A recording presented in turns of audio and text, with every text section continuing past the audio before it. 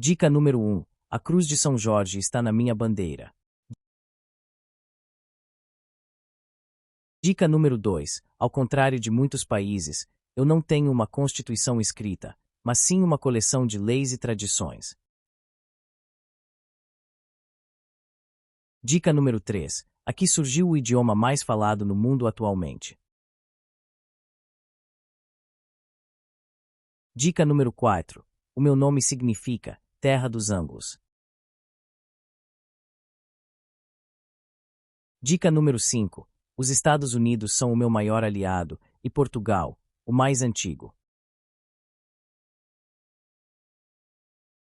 Dica número 6. Sou uma das monarquias mais antigas do mundo, com registros contínuos desde o século IX. Dica número 7. Plantageneta foi uma casa real importante daqui durante a Idade Média. Dica número 8. Construí o maior império da história, quando cheguei a governar 24% da superfície terrestre e 23% da população global, e era chamado de o império onde o sol nunca se põe.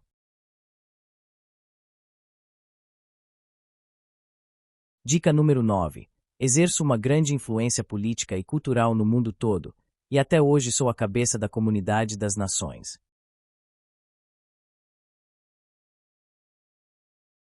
Dica número 10. Fomos colonizados pelos romanos a partir do século I e conquistados pelos normandos no século XI. Dica número 11. Futebol, o esporte coletivo mais popular do mundo, foi inventado aqui, no século XIX. Dica número 12. O chá da tarde é uma tradição daqui desde meados do século XIX.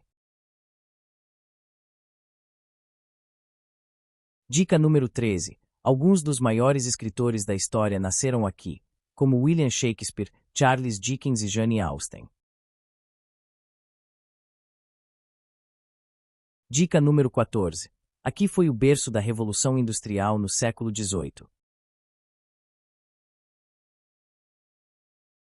Dica número 15. A Ponte da Torre, o Big Ben, um sino que está instalado dentro da Torre de Isabel, e as minhas cabines telefônicas vermelhas, são cartões postais famosos daqui. Dica número 16. Rompemos com a Igreja Católica no século XVI e demos início à Igreja Anglicana. Dica número 17. Estou situada na ilha da Grã-Bretanha. Dica número 18.